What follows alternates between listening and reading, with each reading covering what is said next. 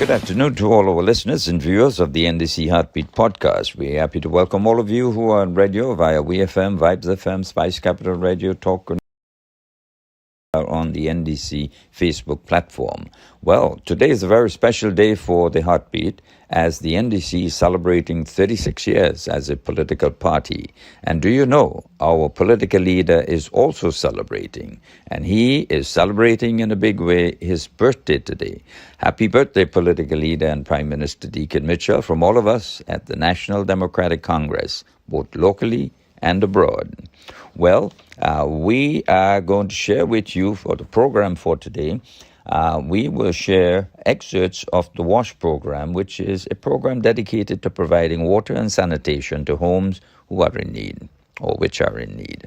We also will showcase the ongoing cleanup of the Carnage as we prepare to launch the 50th anniversary celebrations of our independence. We will then share a review of the press conference which confirmed yet another manifesto promise, which is the regularization of public officers. Well, we will also show you snippets of the New York chapter cocktail evening to celebrate the NDC's 36th anniversary. And they did it in a manner of honoring long-standing stalwart members of the party. And therefore, the Heartbeat is pleased to share with you some pics of the event last night. Happy birthday again, political leader. Do have a great Sunday afternoon and continue doing what you're doing and leading this country in this transformation period. Great. Well, that's your program for today. Back with you later.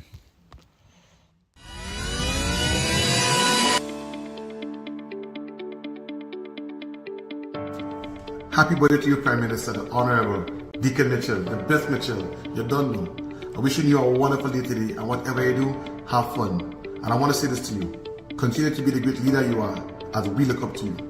But guess what? They can do whatever they want. They cannot stop 6 runs. I just want to encourage you on this birthday today as you're celebrating to remember that you have a generation in your hands that God has called you to lead into a land of prosperity. Happy birthday. I trust that it's going to be an excellent one. Hi, Prime Minister. It's your special day. I just want to wish you all the best, and I pray that God will continue to bless and protect you. So enjoy your special day. Cheers to many more years. I take this opportunity to send wonderful birthday greetings to our beloved Prime Minister, the Honorable Deacon Mitchell. May the Lord bless you, bless your children, and continue to keep you safely. Happy birthday. Hey, slow down, Chief. Seems like you're trying to catch up with me or what? Anyway, I just want to wish you a really happy birthday. Good health, long life, and great things. Hi, Prime Minister. I want to wish you a happy birthday on your special day. Stay blessed and try to get some rest today. Take the day off. You deserve it. Prime Minister Deacon Mitchell, I wish you a very happy birthday. For more birthdays and more, I wish God bless you. The greatness of a leader is not so much determined in how many people follow him or her as in where he or she takes them. Honorable Prime Minister, you have both. You influence many and you are taking us to some place great. On behalf of my family, the staff of the Ministry of Education and myself, I take this opportunity to wish you a very enjoyable, very rewarding, fulfilling, productive and meaningful birthday this year, 2023. On behalf of my family and I, and the entire constituency of St. Andrew Northwest, we would like to wish the Honorable Deacon Mitchell, our beloved Prime Minister, a happy birthday. May the Lord continue to protect you and guide you. Good morning, Honorable Prime Minister and political leader. Happy Sunday. And happy birthday from the St. Andrew Northeast family and from my own family here at Pearls.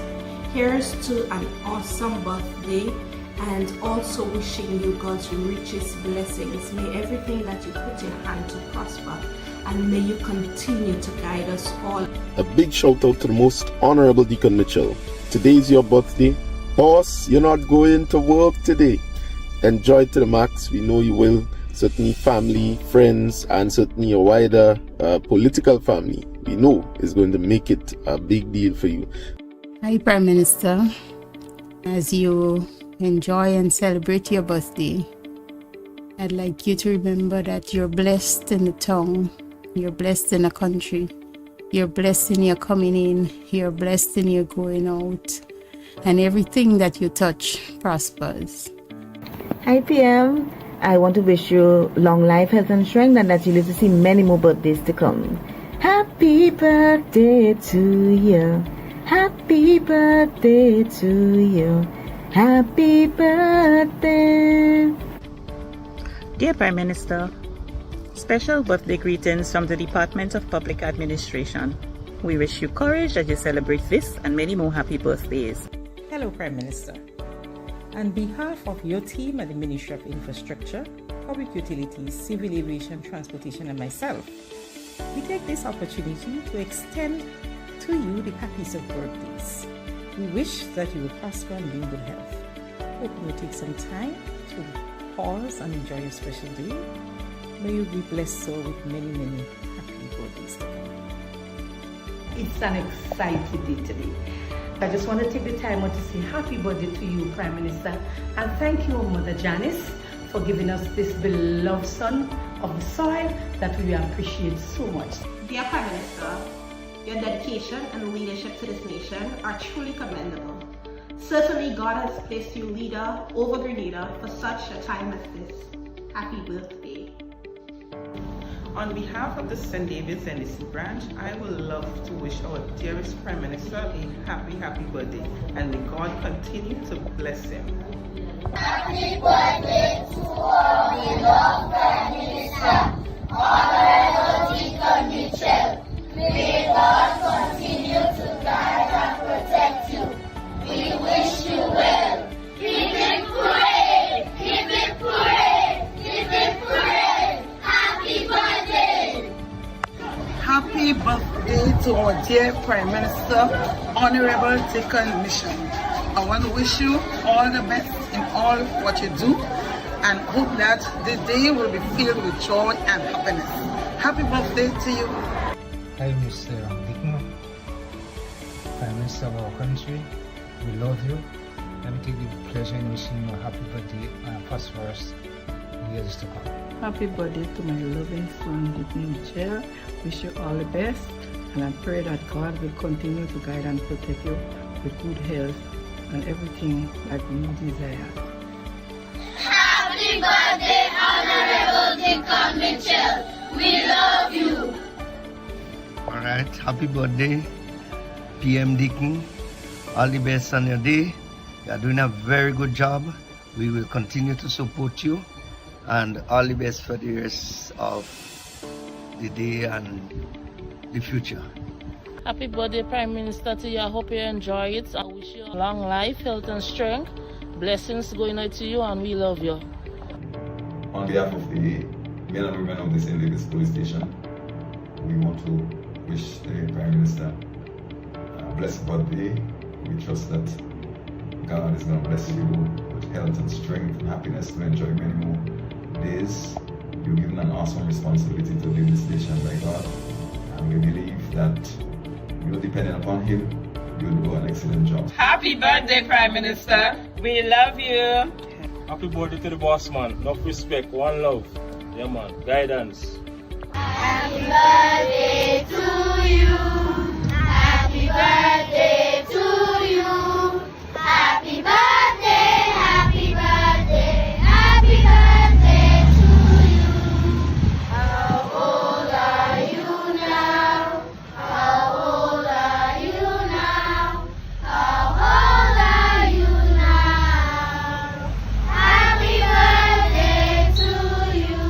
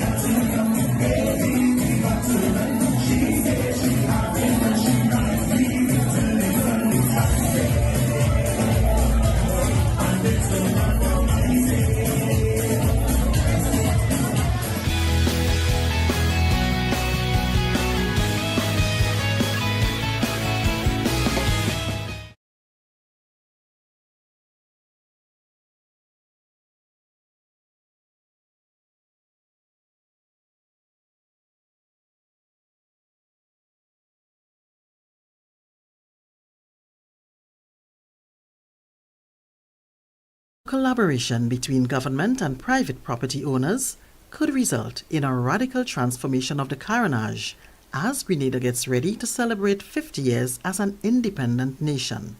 The Carenage, which played a central role in the weeks leading up to Grenada's attainment of independence in 1974, will be the official launch site for the country's golden celebrations on Thursday, October 19, 2023, during which the independence theme song and logo, as well as a full list of events, will be outlined.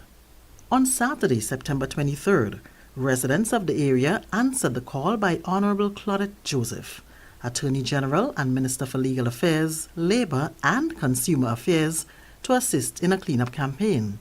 She was heartened by their response. These properties here, they are private properties, and with the agreement of the property owners, we are going to be repurposing these properties for the independence, and that requires us to prepare the structures. So we are undertaking this community cleanup this morning so that we might get the place ready. We are going to incorporate and repurpose some of the structures on the Carenage as part of the independence celebration. It involves collaboration between government and the private property owners. So we're going to have this whole area come alive with murals and art and lights. During a press conference held recently, Prime Minister Honorable Dickon Mitchell said the October 19th launch date is deliberate given its significance in Grenada's history. He also advised that Cabinet will give instructions for the necessary legal work to be done to make that day a permanent national holiday. Government, with public support and consultation, will embark on naming the first national heroes as part of the 50th anniversary celebrations. Prime Minister Mitchell said the names will be proposed and feedback invited from the public. They are looking for a minimum of 3 and no more than 5 names. Government also wants to acquire land dedicated to creating a National Heroes Park so that a bust can be erected or other memorabilia placed in the park in honor of those named as national heroes. As the pre-work begins on the Carenage, Minister Joseph told the Government Information Service that the planned outcome of their cleanup campaign is to help visitors and the world to learn more about Grenada and to understand who we are as a people through some of the undertakings.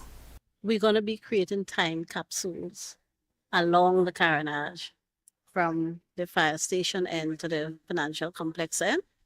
Time capsule that speaks to different periods in our history during the last 50 years. So we're going to be doing that with art and light and a lot of creative stuff. So that's what we're preparing. As aesthetically pleasing the Carenage is, there's still a lot left to be desired, especially with the derelict buildings along the roadway. So it's not just for the visitors. We're going to enhance the whole area and lift it for the whole community of Grenada. And of course, after the independence celebrations are over, quite a number of these artwork and so will remain. So it's just enhancing the whole area. And we're going to try as we go forward to work with property owners to restore and enhance the old, the Carenage heritage buildings, to restore and enhance these heritage buildings. You recall that's one of the things I am passionate about. I spoke about it a lot during the campaign. So I am happy to be able to fulfill on these, well, I don't want to call it promises. I guess you can call them promises. But I'm really happy to be able to start to work on enhancing our natural heritage and our built heritage. Orlando Romain, advisor for the Ministry of Planning and Economic Development, with responsibility for ICT, digital economy and the creative economy, was on hand to witness the work being undertaken. He told the Government Information Service that they are seeking to ensure that the area is in good condition for their long-term plans that will be unveiled in due course. We have a lot of derelict buildings, so we're trying to see how we can repurpose those buildings in a temporary manner. Seeing how we can engage the art community to create artistic impressions and so forth on those buildings, like renderings and other art installations, to ensure that the carnage reflects the independence celebration and is in a condition that is, conducive to the actual celebrations. So you'll see a few activities over the couple of weeks. One, repairing some of the broken walls, removal of trash and debris in some of the derelict buildings, and a general repurposing of the space. So the government does have some long-term plans for the carnage, for the resuscitation of the urban space. That I can't disclose the details of now, but this is really just an interim step for the celebrations. And of course, there will be a program to maintain the aesthetics of the carnage over the couple of years, but there's a much larger vision for the repurposing and urbanization of the carnage. GIS also spoke with Minister for Mobilization, Implementation and Transformation, the Honourable Andy Williams, who was at the time acting as Prime Minister in the absence of the Honourable Dickon Mitchell. He came to lend his support to the initiative, and while he was pleased with the response, he is equally excited about what lies ahead. So this cleanup is just the start of what is to happen. We really want to beautify the carnage for the 50th anniversary celebrations, and we'll start with the carnage. So it was important to get the guys on the carnage involved in the process, and they were really appreciative of this, our cleanup. And it's just a step to move, in the right direction.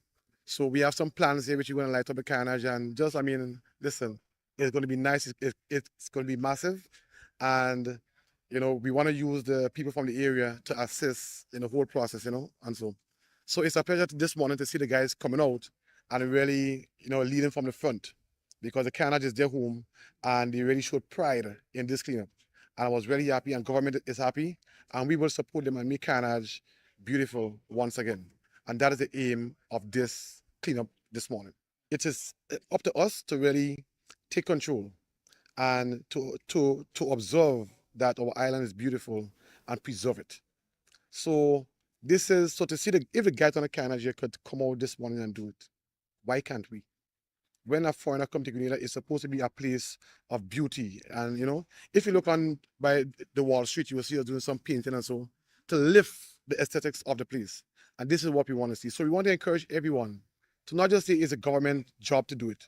Let's join in and let's create a Grenada that is beautiful and to live up to its talent and its standard, that it is.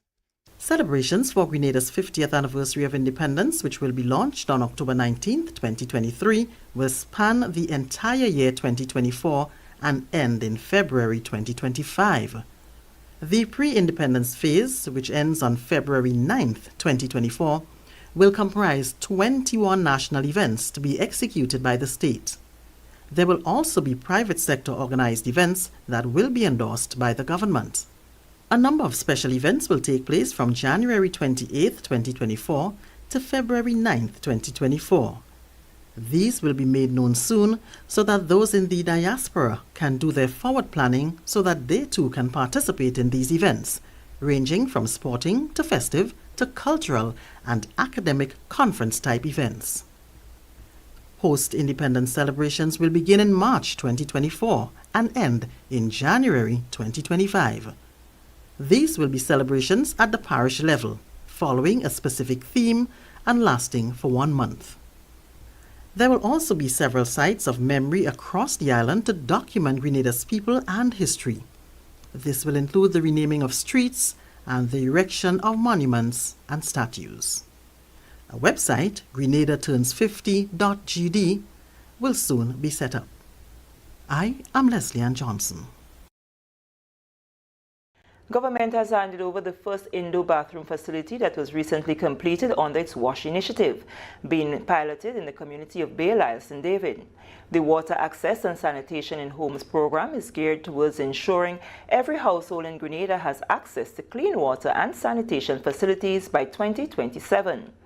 Close to 10,000 households throughout the country are earmarked to benefit from the initiative. The community-focused program engages community members with the requisite skills to transform households in need. Parliamentary Representative and Prime Minister Honorable Deacon Mitchell told the gathering at the Baylile Community Center during the launch that the program, although piloted in St. David, is intended to be a national initiative that will foster community togetherness throughout Grenada. This program will not happen and it will not be successful if the residents of the communities themselves do not back, support, and get involved in these programs. It is your homes, it is your children, it is your parents, it is your brothers and sisters who are going to be impacted by this program. And so when Mr. Whiteman signaled the needs for us to put aside our differences, put aside our gripes, and ensure that we unite to make this a success, that really is the key message that we want coming out of this. We want the community of Baylile to be more united, stronger, improved, and a better community now and in the future coming out of this program. So it's not just about the concrete, it is not just about the tiles, the shower curtains, the toilet, it's about you, the citizens, and making sure that as a community you recognize that together you can improve your collective well-being.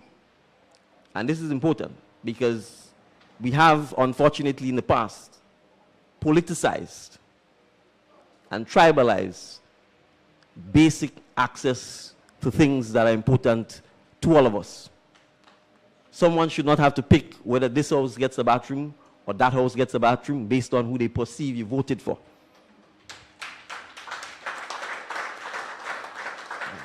Someone shouldn't have to pick whether your house would be repaired or a window provided if you can't afford it based on who you voted for or who you supported.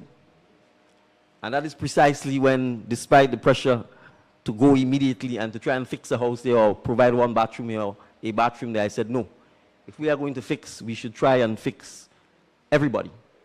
Coordinator of the program, Ken Whiteman, explained that the movement of the program is aligned with the completion of community centers in various parishes.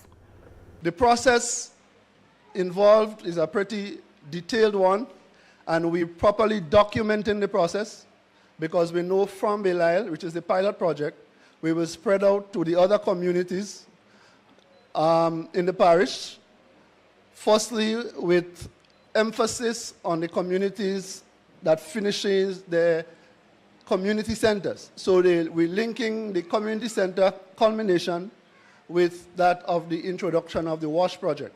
And if I'm not mistaken, Mr. Prime Minister, I believe that we've completed the community center in Beirut this week. So congratulations to persons who would have implemented that project in Beirut. So I would like to encourage the communities in line. It's not too early to access the documentation and the processes that were implemented and that are being implemented in Baylile. St. Lucia's Prime Minister Philip Pear commended the Deacon Mitchell-led administration for its vision to realize social progress and sustainable development. He assured that St. Lucia will model the initiative to improve the standard of living of thousands of residents throughout the country. So I want to tell you, I'm going to copy it. In fact, only last week, I mandated the Water and Sewage Authority in my country to do a survey on a part of my constituency where I want to put in a sewage facility. So I'm going to fast track it, I'm going to copy it. Because when I invite Deacon to St. Lucia, I don't want him to cut style on me, you know what I mean? So I want to compliment, and what is even more, which is better, is the fact that you have the community involved. A community involved without the cut and thrust of politics. We are in the game we're in politics. Sometimes people think it's a combat sport. But it ought not to be a combat sport. It ought to be a sport where each one of us try to improve the lives of the people that we represent. So I'm happy that it's apolitical. I feel pleased that we have the community here. I feel even happier that the people are concerned. WASH is a pilot project under the government's Nation Builders Initiative, which seeks to break down bureaucratic barriers for Grenadians at home and those living in the diaspora who are willing to provide assistance. From the different ministries. Everyone, welcome. Prime Minister, the Honorable Deacon Mitchell, Minister for National Security, Home Affairs, Public Administration, Information and Disaster Management, Mrs. Lindona Hilaire Marshall, Permanent Secretary in the Department of Public Administration. I want to say welcome to our specially invited guest, representatives from the Union, representatives from the Chamber of Industry and Commerce, representatives from Grenada Industrial Development Corporation, and members of the Public Senior Management Board. Welcome. I also see in our audience PS and representatives from the different ministries. Welcome all. I want to say special welcome as well to our viewing audience online and also to our media for this very special press conference as we discuss the regularization of public officers. Now, to begin our press conference this morning, I'd like to invite to make a presentation Mrs. Lindona Hilaire Marshall, the Permanent Secretary in the Department of Public Administration.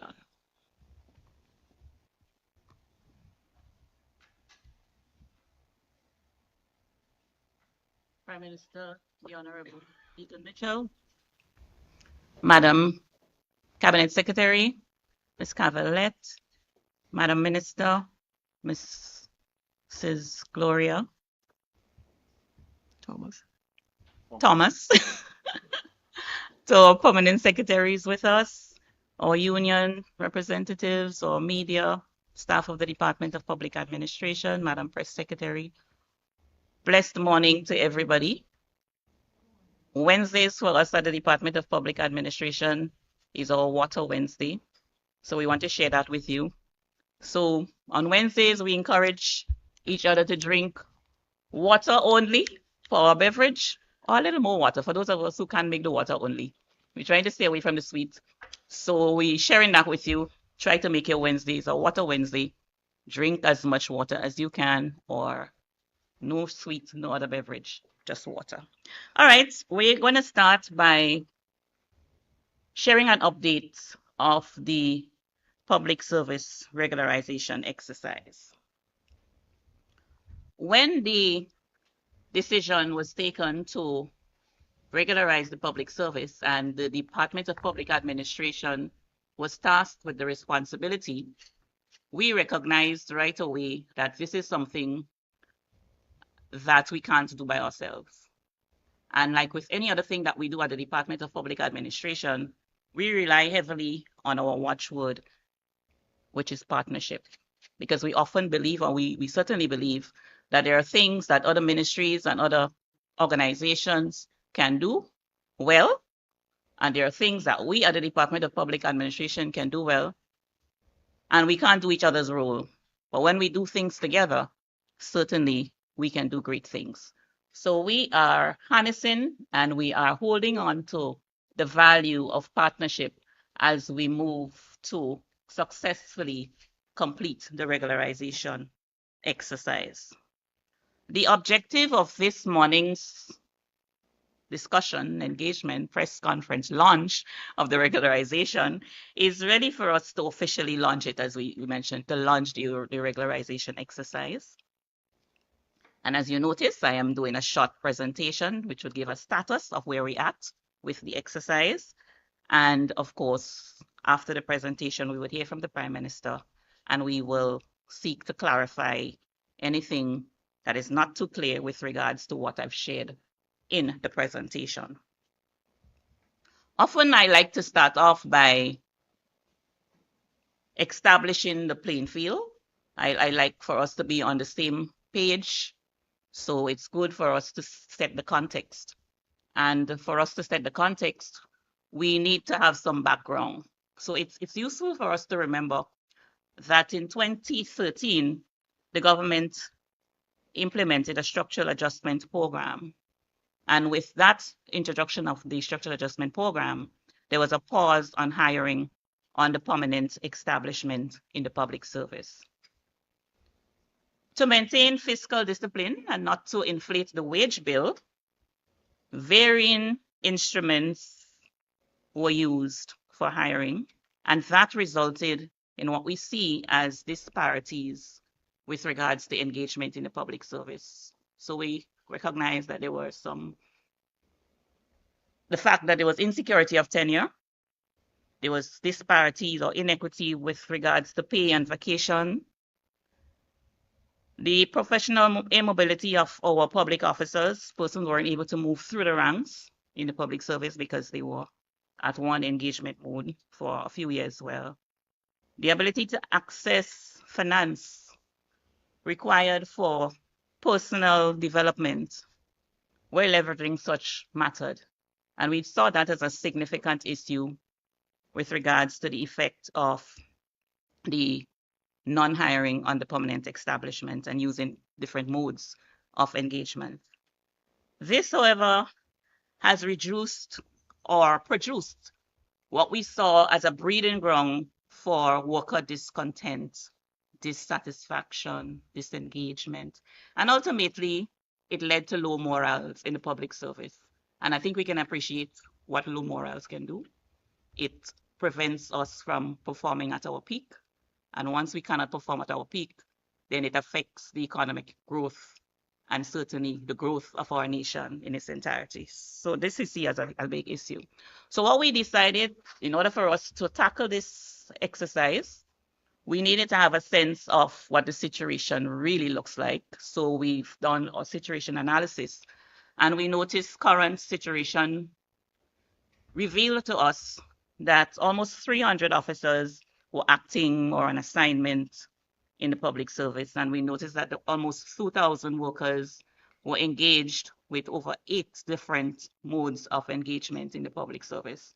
And we've mentioned prior what the other current issues were, particularly with the professional immobility and the inability to access finances to support personal development.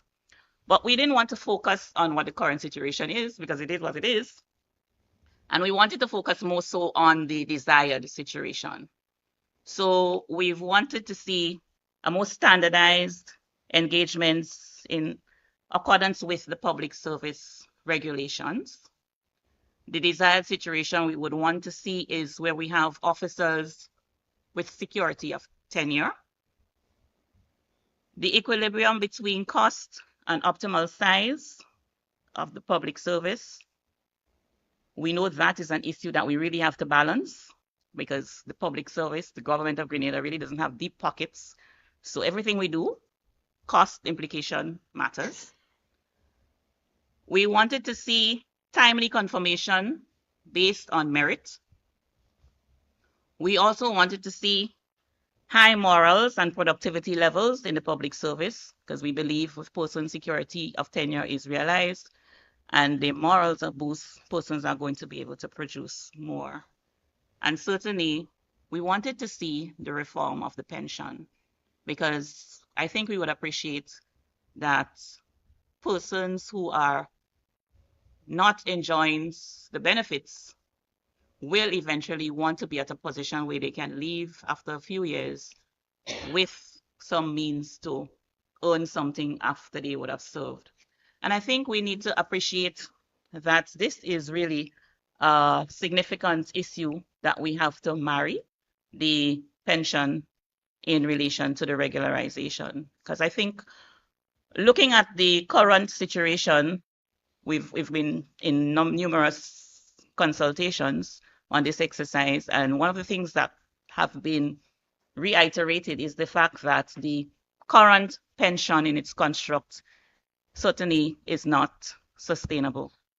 And if we're thinking about regularization, where we are looking at the optimal size of the public service, which would mean we are going to grow to allow for us to meet our demands, certainly the reform of the pension becomes a most critical issue that we need to address. So we are happy that the government saw the need for us to do the reform of the pension alongside with the regularization exercise.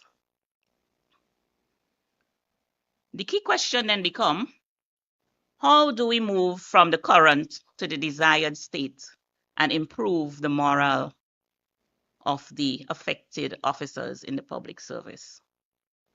And the answer to that was to regularize workers in the public service. So for the next few minutes, I will explain or share with you more about the status of the regularization by answering the what, why, who, when, and how. The why is already answered. So we did say now that we are seeking to improve, moving from the current to the desired with the regularization exercise. And it is important for us to understand what we mean by regularization. Regularization for us is the process of correcting the anomalies in terms and conditions of engagement of workers through different options. And some of the options that we've considered is acting appointment, confirmation appointments, redeployment, reassignment of workload, post creation, and of course, capacity building to support new priorities that would support the transformation agenda. What we want to establish always, and from the time we've started sharing on the regularization, we recognized that the regularization really is not about moving all workers in the public service onto the current establishment. And that's something we think by now everybody understands. It is a process, and there's some criterias, and there's a lot of things that we need to consider as we progress through the regularization exercise. We also believe that for the regularization exercise to be successful, we must have a strong foundation. And at the Department of Public Administration, we believe in principles. And these principles we think would support us to allow for our partnership with all our stakeholders for the successful completion of the regularization exercise. And you would see our watchword being prominent in our principles, which is partnership.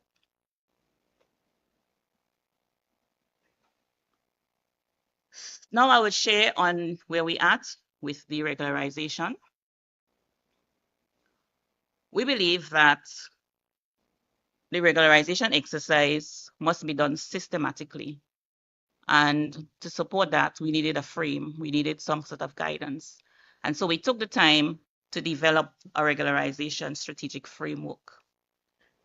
That framework was designed to provide clear guidance, directives for the implementation of the regularization exercise. And again, we want to reiterate, the aim is to establish equity among government workers and to enhance employee well-being and productivity through stability and security of tenure. So the framework was developed and it was approved by Cabinet sometime earlier, it was approved in July, sometime in July. So we are pleased to share with you that we are ahead of schedule because, as you heard mentioned yesterday in the throne speech, the regularization exercise is scheduled to start officially in October. So because we have been able to get the framework developed and approved through Cabinet, we are in a position where the regularization process have already started. So we do have a number of persons who have already been confirmed in the public service, and it's going to continue all the way through to December for the first phase. Well, I'm going to share a little bit more about the phases with you as we go through the presentation. To answer the question of who this exercise affects, the regularization exercise covers all individuals engaged by the government of Grenada on a long-term permanent basis in keeping with regulations in an established, unestablished, temporary, undocumented, or non-employee mode whose status does not afford them security of tenure. What it does not cover, who it does not cover, are workers engaged on contract for service and such the like, associated with projects that have a stipulated lifespan or third-party engagements. In terms of the how and the when, as we mentioned, It's a complex exercise, so we need to do it systematically. So the decision was taken for us to approach the regularization on 3 phases. The first phase, we would look at persons in acting, temporary, on assignment, and probationary status on the establishment. And as we mentioned, that process has already started, and we are optimistic by the end of December 2023, we should complete the first phase of the regularization exercise. The second phase, which would look at persons holding PSC contract of service, daily paid, and persons holding ministry letters. That phase we trust we would be able to advance through in 2024. And then we're going to be in a position to start looking at the third phase, which would look at people who are holding contracts for service, as well as the Imani trainees. But to complete the second and third phase, because as I mentioned, the first phase, the guidelines were already developed and approved, and everything is now before the Public Service Commission. So we're now working with the ministries to ensure that they are working through based on the guidelines for the first phase. But to support the second and third phase, we recognize that we need to do it with empirical data. We cannot just sit at our desk and make decisions as to how we're going to regularize those persons. So the intention is for us to get a clear view of what is happening and what the actual picture of the public service looks like. And we are going to be embarking on the functional review exercise. And we're pleased to announce that the preparatory work for the functional review exercise is almost completed. We have with us our technical advisor, sponsored by the government of Canada.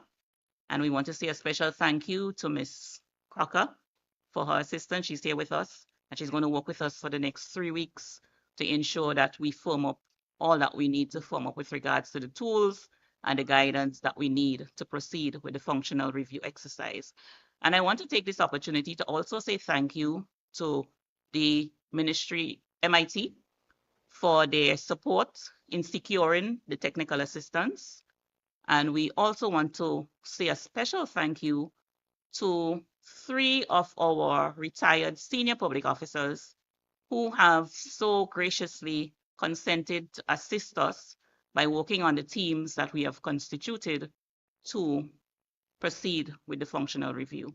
We think that is yeoman service, and we are so grateful because we know the public service is a sisterhood and a brotherhood here. We strive on service, and we want to be able to keep that ingrained in us as public officers until we die. We also want to say thank you to the members of the HR Officers Network who have also agreed and are willing and excited to work on the functional review teams. The functional review exercise will be conducted through the combined efforts of specially constituted teams, as I mentioned, and we are scheduled to commence officially on the 2nd of October, and we anticipate the exercise will run for approximately 8 months. The aim of the functional review is to determine the optimal size of the public service needed to meet the ministries and departments' mandates and the priorities for maximizing efficiency in the public service. As I mentioned, the regularization exercise is complex, and we must consider some key things that would allow for it to be successful. We cannot run from the fact that it's going to be a significant cost to the government of Grenada.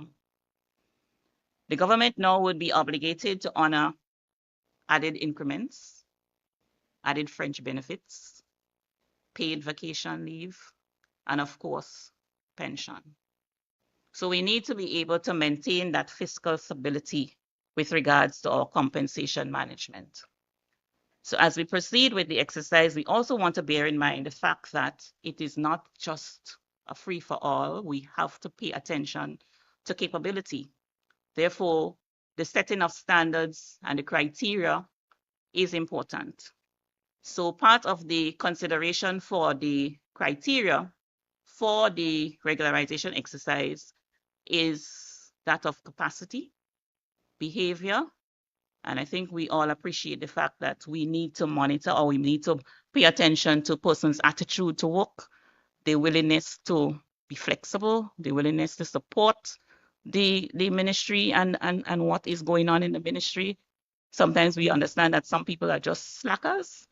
Would we want to promote that sort of behavior? We say no.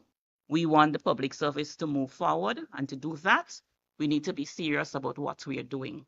And so behavior will form a critical part of the criteria for determining the way forward, as well as performance. So as we said, we know we need to rely heavily on empirical evidence because it's all about decision making. To make good decisions, we need information. And here we are kindly asking the support of all our permanent secretaries as we come out to the ministries to collect the information that we would need so that we can make evidence-based decisions as we move forward with the exercise. We also understand that we would need clear policy directives. So we are happy that the Prime Minister and the rest of his team is supportive of this exercise, and they have granted the approval of the policy guidelines in the form of the functional review strategic framework, which would offer some sort of transparency to the whole exercise because the framework is available for persons to peruse, and you can look and see exactly how we are proceeding with the exercise. We also thought it is important for us to indicate that we are, or we have constituted an oversight committee, and that oversight committee will comprise of the cabinet secretary, who would serve as the chair of that committee, and we've enlisted the representative from the Ministry of Labor, Ministry of Legal Affairs, Finance, Public Service Commission, and of course the Department of Public Administration, because we understand over the few months ahead of us, we are going to need the knocking of heads to make strategic decisions and to give direction to the technical and working team. So we believe that the public service is poised to realizing the Departments of Public Administration's vision for the public service, which is to create what we coin as a hope-centered public service. We really would like to see our public officers happy. We want persons to come to work with a smile. We're tired of persons being grumpy and uncomfortable. They don't want to get up in the morning to dress to come to work. We want to get excited about our work. We want to wake up, smile, and come to work being eager to help persons because we're here to serve. We want persons to be happy. The O for us is optimism. We want to cultivate a growth mindset. We want persons to be open-minded, solutions-oriented. Something happened, don't dwell on the negative. See what you can do quickly to come up with a solution instead of finding faults and trying to pull down each other and only dwelling on the negative and highlighting the negative. We want to get away from that. We want our mindset to be more positive and to support each other as we go on. So we also want to encourage creativity, allow for persons to, there are new ways to do things. We don't have to stick to the old fashioned way of oh, it can't happen and this can't happen. Why it can't happen? Have we ever tried something different before? Let's see what can happen within the boundaries that we have to get the optimism going. We also want to see a productive public service. We want us to be result-oriented. We want us to strengthen our performance management system so that persons know the objectives that are set for you at the beginning of the period based on your ministries or your department's work program. And you can see how it all links so that you feel like you're contributing to something bigger than what you are. So we want our performance management system to be working, And we are going to do all that we can to make sure that our results are monitored and reported at the end of every year. And the E for us in the Hope-Centered Public Service represents efficiency and effectiveness. We want to manage all our resources, particularly our human resources. So we are going to pay emphasis on the policies that we review, the policies that we develop to support the new dispensation and all the different priorities that are going to be set for the different ministries in the public service. So on that note, I want to thank you sincerely for attending, for listening, for your support before, now, and in the future. And we look forward to all of your comments, all of your support. What we're asking for is support. If you have a recommendation, if you have a concern, we are open and we are welcoming all of it so that we can together see how best we can move forward to ensure that the regularization exercise is a success to benefit not just the public service, but when the public service does well, the whole nation does well. Thank you sincerely. Thank you, PS. Very in-depth presentation. We're looking forward to a hope-centered public service. And remember, the H stands for happy. And I saw some happy smiling faces when PS was speaking just now. And of course, optimistic, productive, and a very effective public service. Before we take some questions from the audience and of course members of the media, we want to ask our Prime Minister, we want to invite our Prime Minister to make some remarks on public service.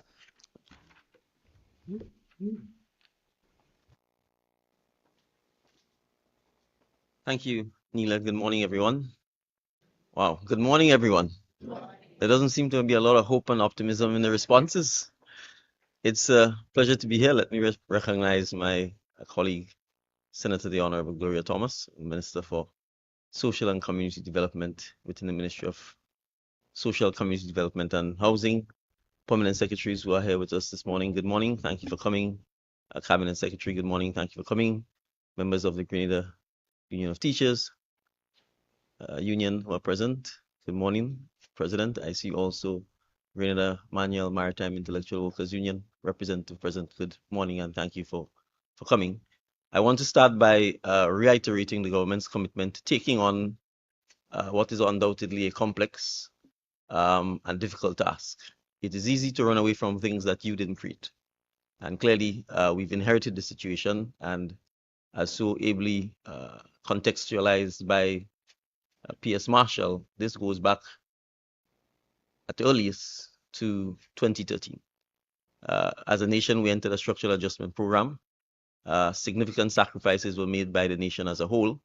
Our fiscal situation was in a bad shape, and policy decisions were taken at the time, particularly fiscal ones, that we still live with today. I don't know that the structural adjustment period has ever ended.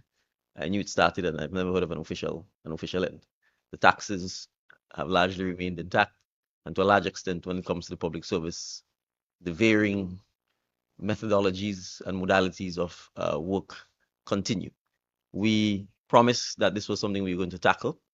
I want to compliment P.S. Marshall and our team for the tremendous work that they've done. I think the quality of the presentation this morning, I think, is testimony to that. It's systematic, it's strategic, and it's also realistic, because we must accept, as PS indicated, the government isn't going to simply be able to employ every person. We have to be practical. We have to make sure that our productivity is also, and our customer service is also significantly improved. Because as I said at the forum yesterday, if we perhaps do a survey of ourselves and ask the public what they think of our service levels, I kind of have the feeling I know the answer, and I'm not so sure it will be a positive one. So I think we also owe it to the public to ensure that we raise our productivity, we raise our service standards, to make sure that internally we are happy and optimistic group, but that also externally people view us in a happy and optimistic way, and that they want to actually come to the public service to get the service that they deserve. This obviously is going to be rolled out over a period of time. There's a lot of work we have to undertake to make this successful, and I'm emphasizing we, because the government, without partnership from the unions, without partnership from the employees who are impacted, without partnership from the public, without partnership from the government as a whole, will not be able to make this a success. I want to emphasize here that the goal is to improve the overall well-being of the workers, not to make it worse, or not to leave it in the current status quo.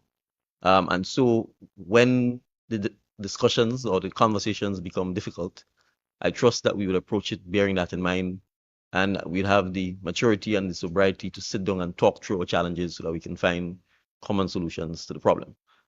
One main issue is going to be the question of how we address ensuring that the several hundreds, if not thousands, of persons who currently work for the government but has no pension outside of the NIS system, and in some instances are not even on the NIS system because they are not paying contributions, or the government may not have been paying contributions to them, how we come up with a pension that is affordable and sustainable and can benefit the persons. And we can't go from a position of having no water in the bottle to wanting a full bottle of water. So we need to bear that in mind. I think the name of the game is going to be compromise. It is going to be negotiations. It is going to be ensuring that we have a sustainable system for the benefit of all. So we are committed to the process. This is just the commencement of it. I want to thank all of you who made this possible, and I endorse the expressions of gratitude made by PS Marshall to all of those, including the retired public servants who are assisting us in the process of getting this done. So thank you very much. Thank you, sir. Thank you for your remarks. I know some of you have lots of questions. I could see it on your faces. I could see it in your hearts as well. So at this point, we'd like to ask if you have any questions. We have some members of the media here. If you have questions, we also would like to take some questions from the audience and also recommendations. PS did say that we have some, you could give recommendations. Any questions? And any questions for the Prime Minister, we'd like to take them now, since our Prime Minister has another engagement. So we could take the questions for the Prime Minister. If you have questions for the Prime Minister, we'd like to invite those at this point. Or maybe the presentations were so good that, we have no questions. We have a question from the President of the Grenada Union of Teachers.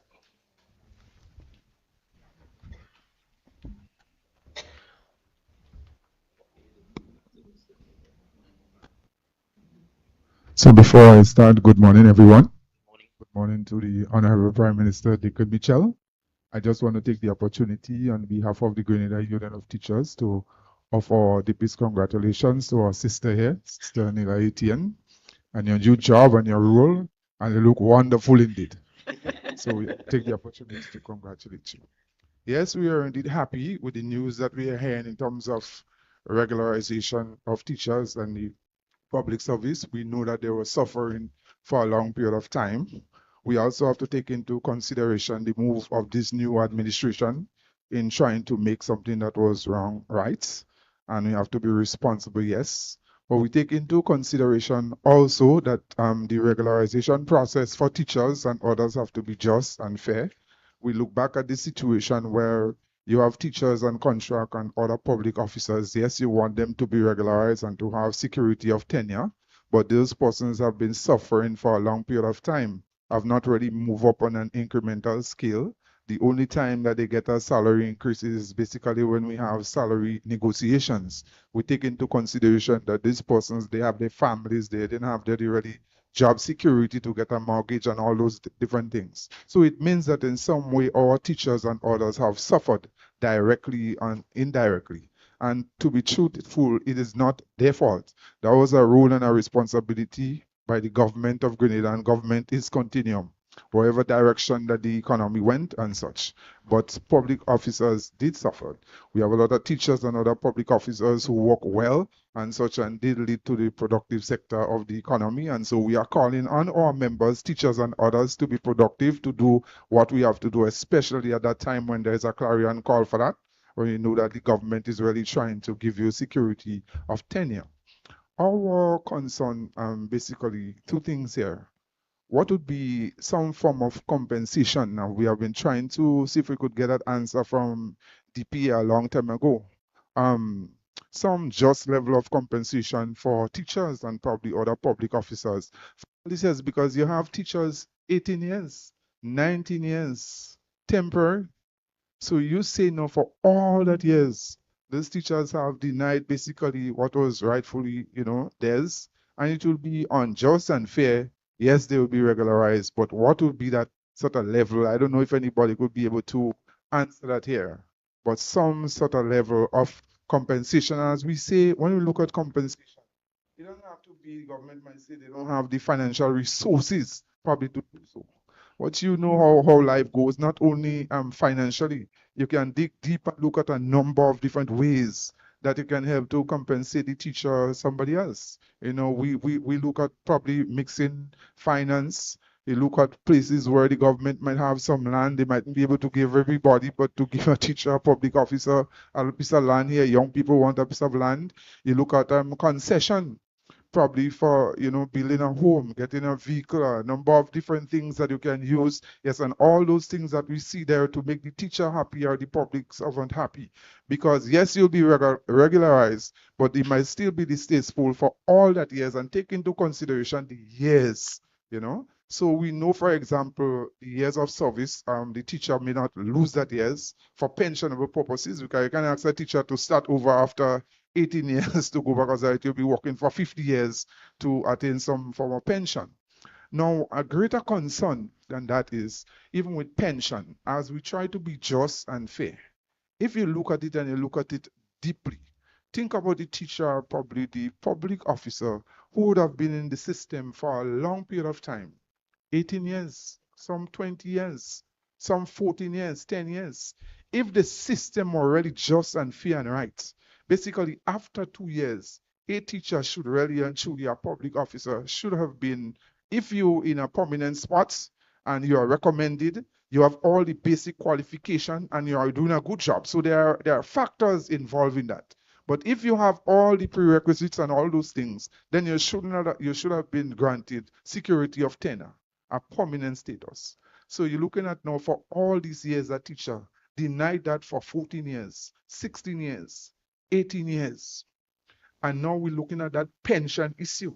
Because if the teacher would have been regularized 14 years ago or 16 years ago, that teacher now would have been falling under the pension scheme, basically that was instituted by the court. How do we really deal with that while we try to balance? And we know the situation, we accept what the government says. It is not easy, basically, that everybody in the public service, you're trying to correct something and the number of persons, and how do you deal with that going forward? How do we balance that? And how would you go back to take into those consideration those teachers and public officers who would have been there for a long period of time? And if really and truly the right thing were done by previous governments and administration, this administration really have it hard and tough now to make that decision. And yes, they are trying their best in going for the restoration of pension or different things. But we say if justice were done for those workers a long time ago, these teachers and public officers would not have been discussing now about pension and scheme and whatever they pay, contributory scheme. Okay. So we have to take all those things into consideration and to try to be fair and just. Thank you, But brother. we look forward for regularization for our teachers and the rest of the public officers. Thank you so much, Brother Jude. I'm not sure. Would you like to comment, Prime Minister?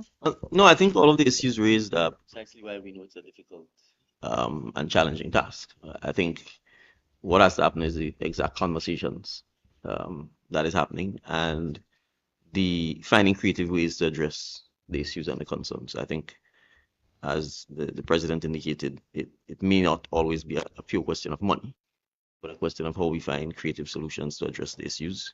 And I appreciate part of the issues is, in fact, in a sense, a question of hurt and mistreatment. It's not just a question of financing, because what's done is done. And I think part of the, if I may use the word, healing process has to be a willingness to have the open conversations, and to recognize that many people, obviously as president of the teachers, it's his job to represent the teachers, but in a sense, there are still people within the system that are worse off. And if you look at the chart, when you talk about the Imanis and so on, you realize to a large extent you have persons who have been branded as trainees, but who essentially are working and are being paid below the minimum wages because you brand them as a trainee and they work for an extended period of time and have absolutely no benefits whatsoever. And because of the complexities of the system, you'd still see that you're still on the last band of persons to target. So it is a difficult issue, but I think the more we talk through what the issues are, the more we talk to what are the possible recommendations or solutions we can look at, then hopefully we'll be able to find a compromise where at least everybody gets something. We will not necessarily get everything we want, but something that we can live with and try and move forward, because the key thing is to move forward. We have to find solutions to move the process forward. If not, we can get stuck in why it happened, who caused it to happen. But as I said, at the end of the day, that's not our approach, because we accept that government is a continuum and it's our job to try and fix it. And that's what we're committed to do, and we're committed to working with our partners to try and ensure we can find the right solutions to the problem. Thank you. And I believe the watchword there is partnership again. And thank you, Brother Jude, for your recommendations and comments, and of course your question. I believe we have a question online. Ms. Straker. Good morning to you and the head table.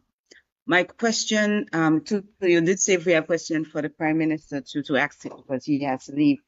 My first question to the Prime Minister would be, as a lawyer, and with the focus on regularization of public officers, when will government be repealing the PDA, the act that prevented them from getting the pension that they would have started receiving, according to the ruling in March of 2022? So when will the Disqualification Act be repealed? And two, with this whole discussion on regularization of workers, would we be seeing an amendment to the Public Service Rule of 1969, as well as an amendment to the Constitution?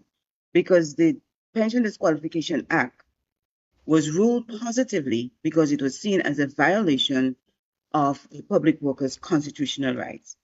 So as part of reform, will we going to see constitutional reform? And what is the role of the 1969 Public Service Rules? That's my first question.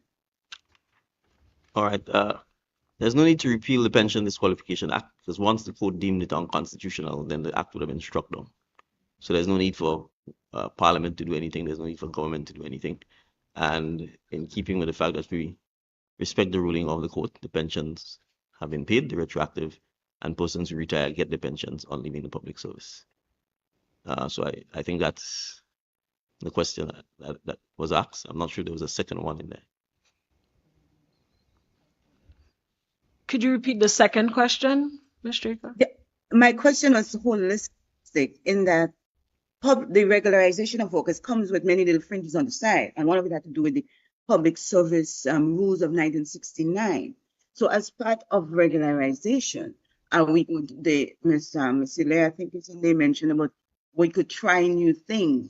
Yes, we can try new things, but would it be in accordance with the established rule? Or are we going to be going outside of the rule? So would there be a need to amend that rule, the 1969 Public Service Rule, as we move forward with regularization? And with regard to the Constitution provides for public officers to get their pension. She also mentioned about the pressure, the financial burden it can bring to government. As part of the whole reform, are we going to see some sort of amendment to the Constitution to provide for some other system for public officers to get a pension? Because as it stands right now, they are not contributing to the pension, and there is talk of them contributing to it. All right, so there's a lot of narrative in there. I'm not clear on specific questions, but I'll do my best to answer. So let me start by saying one. If you're an established public servant, then certainly my understanding is that the Constitution says you're entitled to a pension. So we need to be able to distinguish between established public servants who are constitutionally due a pension, and the several hundreds, if not thousands, of people who work for the government and are not established public servants and do not get a pension. And in many instances, not only do they not get a pension, we've discovered, for example, that NIS was not being paid for them.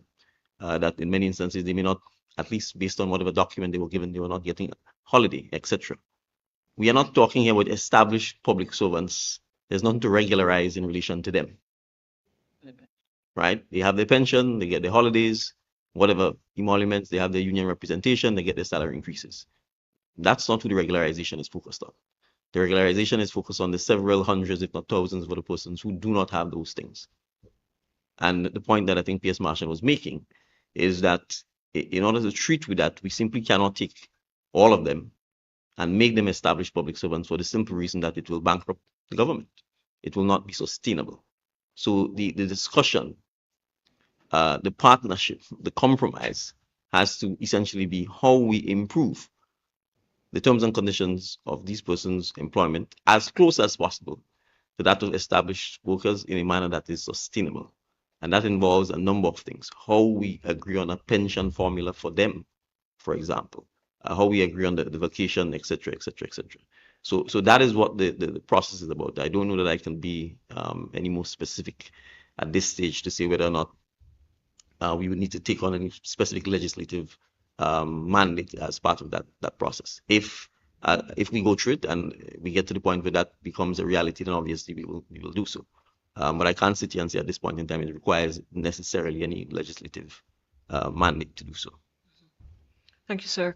I believe we have a question. Thank you very much. My other question has to do, can the Prime Minister tell us what will be the meeting coming up Thursday and Friday with the seeds? One of the agenda items is this discussion with Japan and throwing treated waste into the ocean.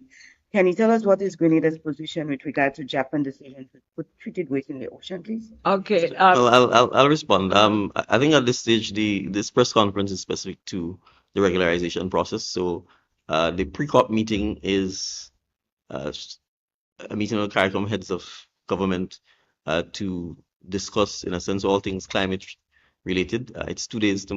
I'll be down there tomorrow, so we'll have ample time to address that question tomorrow or Friday. Thank you, sir, and thank you, Linda, for your questions. At this time, I'd like to ask Ms. Fario, you have a question, you can go ahead. Good morning, Prime Minister and everybody else. So, hopefully all my questions are on topic. I'll behave today.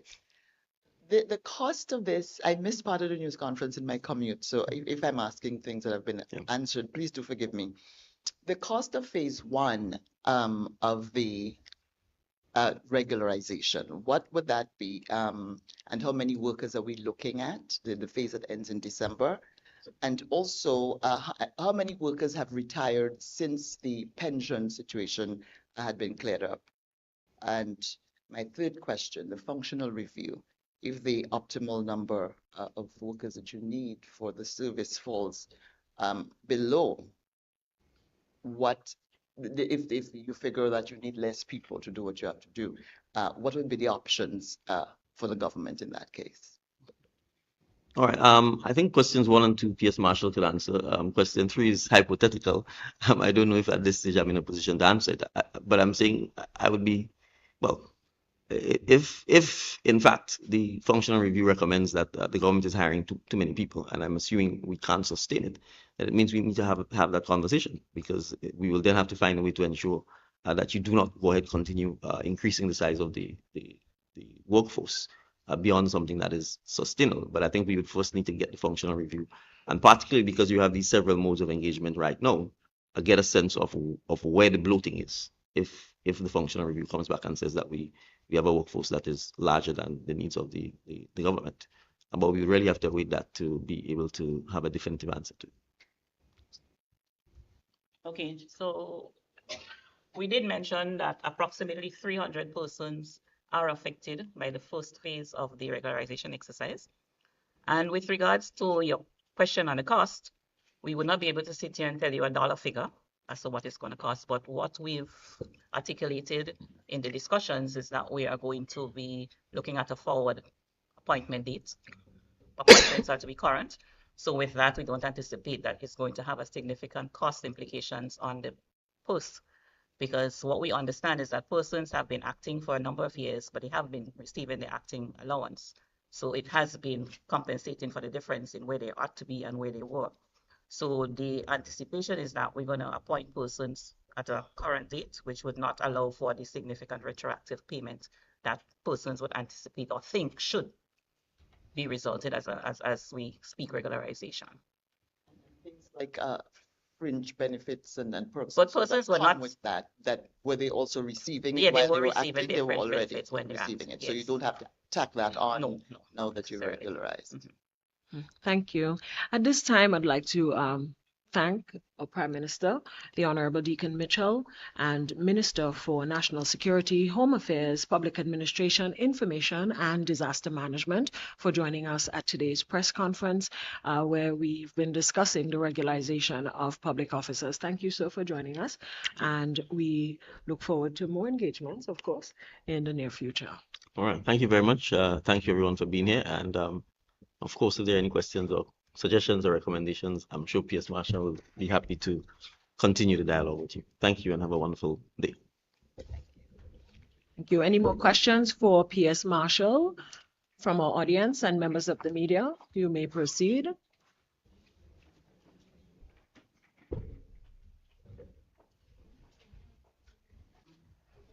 Any more questions? Vivian, do you have a question for us?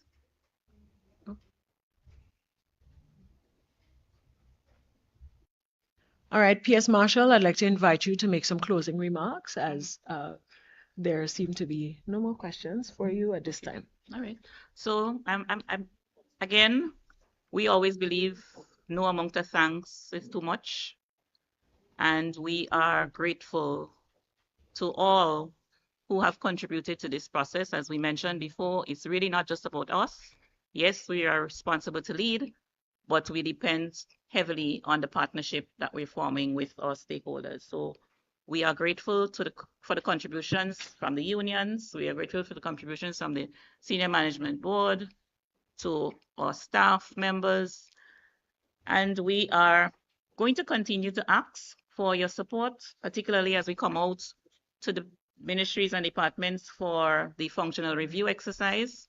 We trust that persons will understand the importance and the significance of it and be willing and able to support the teams as they come to you to get the information that we need. As we mentioned, it's all about getting the evidence that we need so that we can make informed decisions. So we want to say thank you again to everybody, and we look forward to us working together to ensure that the regularization exercise is a success and our morals in the public service will be lifted so that our nation will benefit. Just before you close, PS Marshall, there is a question from Nancy Maguire online. She's joining us. Okay. You may go ahead, Nancy. Oh, good morning. Good morning to everybody. I was wondering in defining the contract workers, are you looking at people that get contracts that not necessarily assigned to a particular project, but get temporary contracts, come in as a consultant or something and get gigantic salaries compared to what the public service officers get that probably could do similar work? Are you looking at any of those, or is that outside of your purview? No, Thank you. Yes, it's outside. We're not considering consultation fees. No, that does not form part of our scope. Okay. Thank you, Nancy. All right, so at this time, we'd like to wrap up our press conference. And of course, we've been talking regularization of the public officers. We want to thank all members of the public service for joining us, members of the unions for joining us, and Senator, thank you so much for joining us, and all the PS CABSEC, thank you so much for joining us. Thank you to our online viewers. And just by way of wrap up, I want to say that we want to restore a hope-centered public service, happy, optimistic, productive, and effective workers. And as the Prime Minister said earlier, it is easy to run away from the things that we didn't create. And we are committed in the Department of Public Administration to improve the overall well-being of our workers. And of course, we want to encourage everyone in Grenada, improve on your public service overall, because it will benefit all of Grenada. Thank you so much for joining us, and have a wonderful Water Wednesday. Have a good day, everyone.